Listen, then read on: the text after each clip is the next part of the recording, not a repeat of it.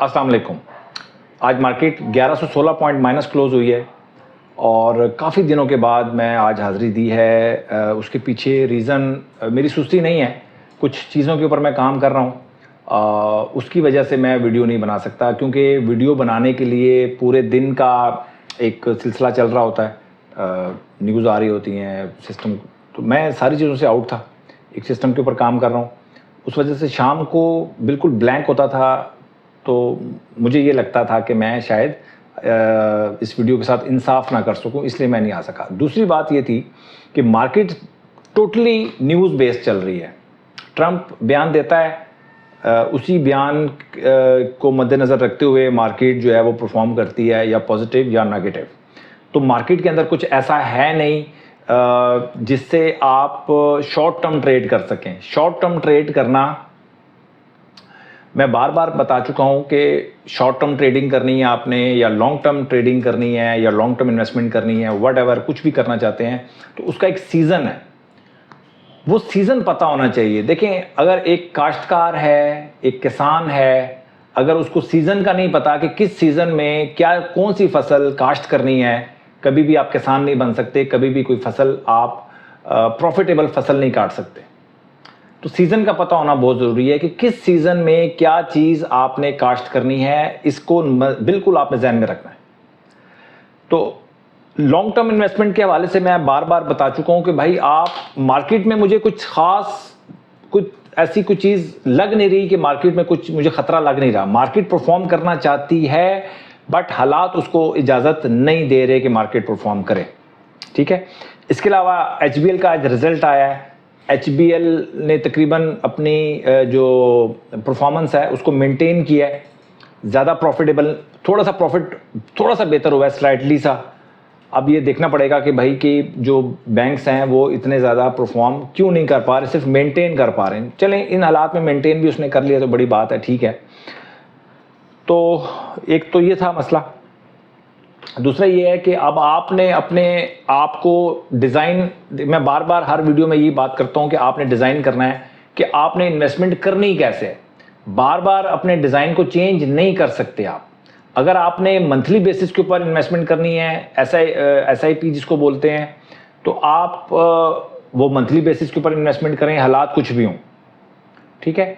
SIP के ऊपर मैं आगे जाकर काफ़ी सारी वीडियोस बनाने वाला हूं कि आपने SIP करनी कैसे है।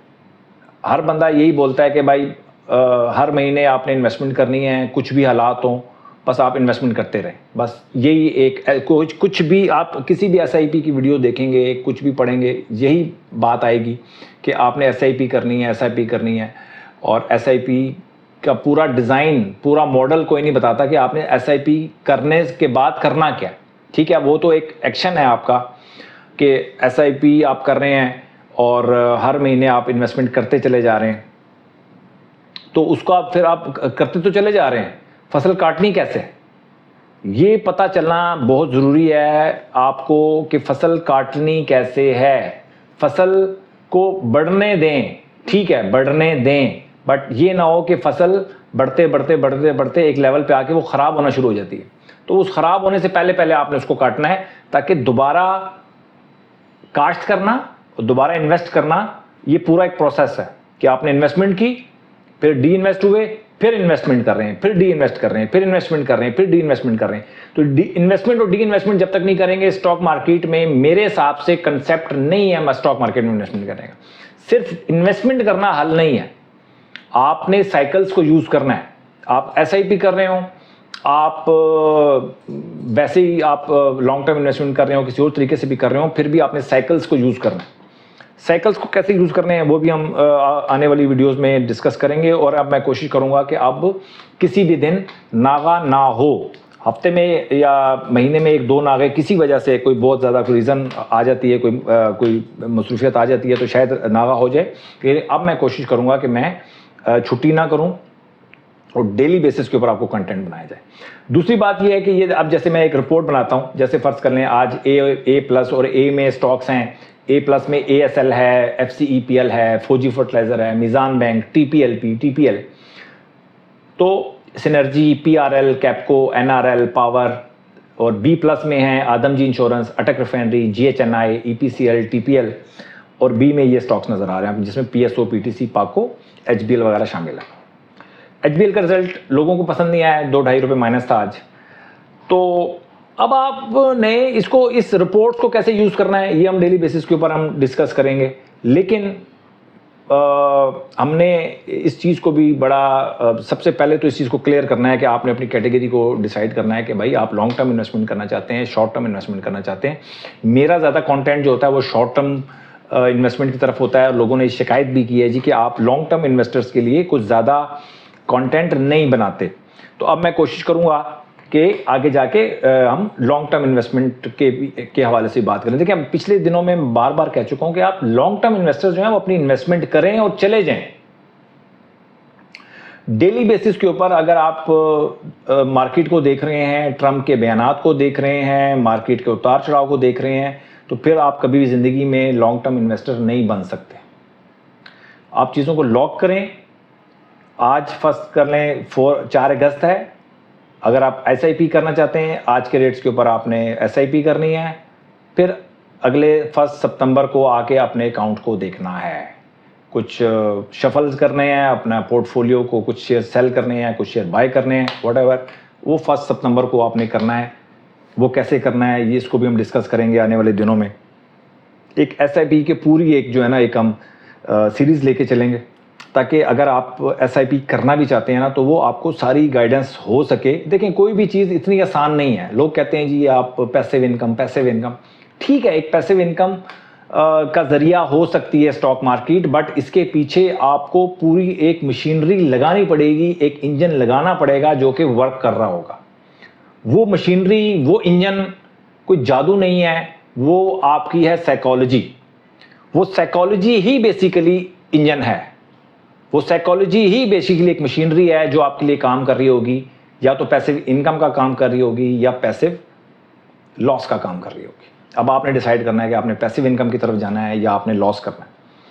तो शॉर्ट टर्म इन्वेस्टमेंट में ज़्यादातर लोग जो है वो लॉस करते हैं, तो मेरा ज़्यादा फोकस भी शॉर्ट टर्म की तरफ होता है, ताकि जो लोग लॉस कर रहे हैं उनको रोका जा सके या उनको गाइड किया जा सकते। मेरी जो हमदर्दी है वो शॉर्ट टर्म वालों की तरफ है, क्योंकि अगर आप उनको समझाएं भी ना कि आपने शॉर्ट टर्म ट्रेड नहीं करनी, लेकिन कुछ समझता नहीं है। चलो ठीक है, आप ना समझें, लेकिन मैं ये बता सकता हूं कि आप शॉर्ट टर्म ट्रेड अगर करना चाहते हैं तो फिर किस तरह करें। तो ये तो मतलब चलें, अगर एक बंदा मना होने से नहीं हो रहा तो फिर उसको तरीका बता दिया जाए कि भाई आपने शॉर्ट टर्म ट्रेड कैसे करनी है, कैसे प्रॉफिटेबल हो सकते हैं। तो मेरा ज़्यादा फोकस उसकी तरफ रहा है। लेकिन अब मैंने सोचा है कि चलें, अब जो लोग पैसा बनाना चाहते हैं तो उनके लिए भी बात की जाए, और पैसा शॉर्ट टर्म वाले भी बना सकते हैं, बट वही बात है कि उसके ऊपर ज़्यादा मैं फोकस इसीलिए करता था कि वो थोड़ा सा टिपिकल है, थोड़ा सा कम्प्लेक्स है, उसके ऊपर मैंने ज़्यादा जोर दिया।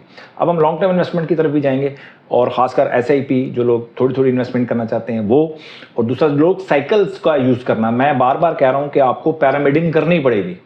पैरामिडिंग का मतलब यही है कि एक स्टॉक आपने 15 का लिया है, ठीक है आपने ले लिया, बट 18 का होगा तब भी हम लेंगे। ये नहीं होगा कि 15 वाला 18 पे जाएगा तो आप सेल कर देंगे, ऐसा नहीं करेंगे। पैरामिडिंग करनी पड़ती है, एवरेज भी करनी पड़ती है, पैरामिडिंग भी करनी पड़ती है। ज़्यादा अगर आप हमेशा ये कोशिश करेंगे मैं पैरामिडिंग ही करूँगा तो ज़्यादा प्रॉब्लम में नहीं रहेंगे। और अगर आपका जोर इस साइड पे है कि मैं एवरेज ही करूँगा, यानी कि सस्ता माल मिलेगा तो खरीदूंगा, तो ज़्यादा लंबे अरसे तक आपको वेट करना पड़ सकता है, ठीक है। लेकिन हमारा जो तरीकेकार होता है उसमें पैरामिडिंग ही ऑटोमेटिकली हो जाती है, क्योंकि हमने लॉन्ग टर्म इन्वेस्टमेंट भी मोमेंटम वाले स्टॉक्स में करना है। हमने मरे हुए स्टॉक्स में या बिल्कुल गिरे हुए स्टॉक्स में हमने इन्वेस्टमेंट नहीं करनी, ठीक है। तो मैंने सोचा कि आज हाजिरी लगाता हूँ आपके पास, और उस हाजिरी का फ़ायदा ये होगा आपको कि आपको एक डिज़ाइन करना पड़ेगा। बाद में ये जो आपको डेली बेसिस के ऊपर, अगर आपने इस कैटेगरी रिपोर्ट्स को भी अगर आपने फॉलो करना है, आपको डेली बेसिस के ऊपर आपको करना पड़ेगा। ये नहीं कि आज ही आप कूद जाएंगे कि भाई TPLP A+ में है, TPLT A+ में है, मीज़ान बैंक A+ में है, तो यार इनको बाय कर लो, ठीक है। अगर आप इनका ग्राफ देखेंगे तो बहुत अच्छा परफॉर्म करते चले आ रहे हैं, और हम ये इसको हम वो करते हैं, क्या करते हैं जी, इसको हम